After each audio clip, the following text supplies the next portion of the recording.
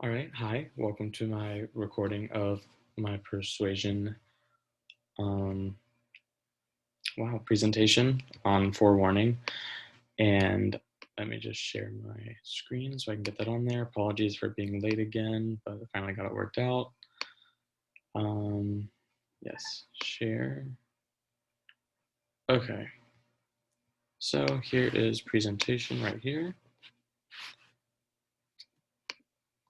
Make this full screen.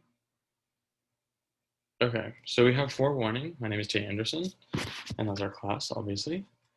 The introduction to forewarning is that the definition of a forewarning is being warned about the nature or viewpoint of a piece of communication before receiving or reading, hearing this communication. So the purpose of forewarning is to nullify a communication, which means to like prove it false or make someone have a negative view of the source that it's coming from. So say just for an example, say you're a libertarian and someone says, "Oh, I heard that that person like loves Trump or is heavily Republican," then already that libertarian person would have a distaste for that other person. So you're like forewarning them about that. So that's like, and so then they'll already have like a judgment about that person, which is like a forewarning.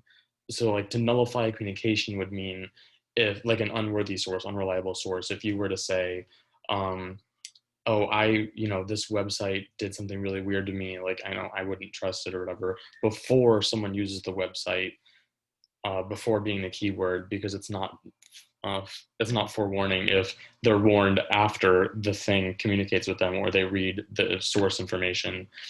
Um, but the null community, like they would, if you said, don't use that about a website or something before they use it, that would make them not want to use it or be like, oh, like it's untrustworthy and already have that set state of mind, which is the main part of forewarning. Like that's what it is. The theory history, it's not really, I wouldn't call it much of a theory just because it's more like a concept. Like it didn't have any hypothesis. It was just like, oh, let's test um, if people will change their opinion more or less if you warn them about something before or after they read it, like or hear about it, etc. Pardon me, I'm moving. But so Allen and Festinger demonstrated the study was them.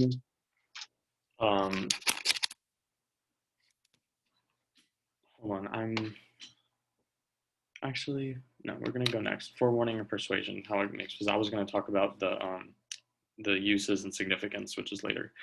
But forewarning relates so strongly to persuasion because it makes rejecting information easier for the individual that was forewarned. So that means like, um, in a way, you would just, let me gather myself. In a way, it's it is persuasion in itself. So like you forewarning someone could be them already making up their mind about a situation, a person, a source. And like my second one, it says, in a way, it is a tactic to persuade someone that a piece of information they are about to receive is not valid. Like my examples with the computer, or I mean the website, or it could be a person. If someone likes them or not. Like that's a whole, that's what that is. Here, the significance, which I was going to talk about earlier, was proved by Allen and Festinger in 1961. Proved because, like I said, I don't think it's much of a theory. It's just a concept that they proved to be true because they did a study where subjects read a communication emotionally advocating for federal aid to foreign countries, which is already a kind of controversial topic that people have like opinions about. But for the dependent group, they were forewarned by using a footnote, the footnote being it had like a little one next to the title, and then it said this article or this piece of information came from this book written by this author. And it was like a controversial book, and so it was supposed to make people already like kind of take it just not as seriously, so they would be more against you know, advocating for federal aid to foreign countries. They'd be like, oh, that's not as a good idea because they think it's from like not a reliable source. So it is persuading them to, you know, view the information as a certain way. And the footnote is just the important part of this study that they went through with. Let me think. Then it said about that. After warned conditions, that was another important part of the study because they found out that if you warn a person after they read said information or communication, it has way less effect because they have already read or understood the piece of communication. The best example would be for a person. So, you know, if you were at a party with your friends and you see some guy and you're like, oh, you know, that guy did this and this, and you just have all this tea on him, and you keep telling your friend that, they're going to be forewarned about the guy and be like, oh, I already don't like him. Like, that's weird.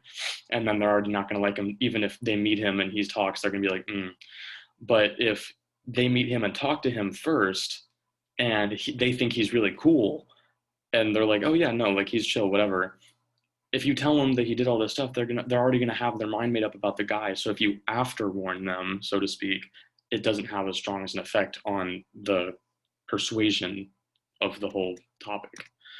The uses of the theory is what all the examples have been talking about so far, is used to persuade an individual to not like what someone or something else is saying.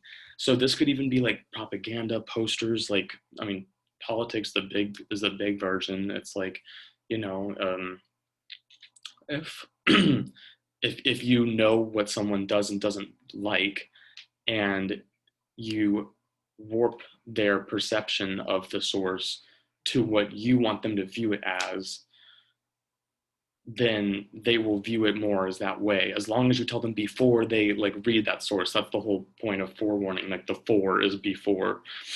It can be used to make a source seem unreliable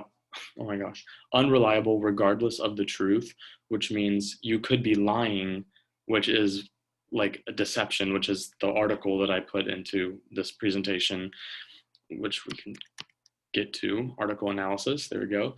Use of deception and forewarning in psychological experiments was the article that David F. Allen wrote, but it was also like a study in 1983. That's what he wrote the article about.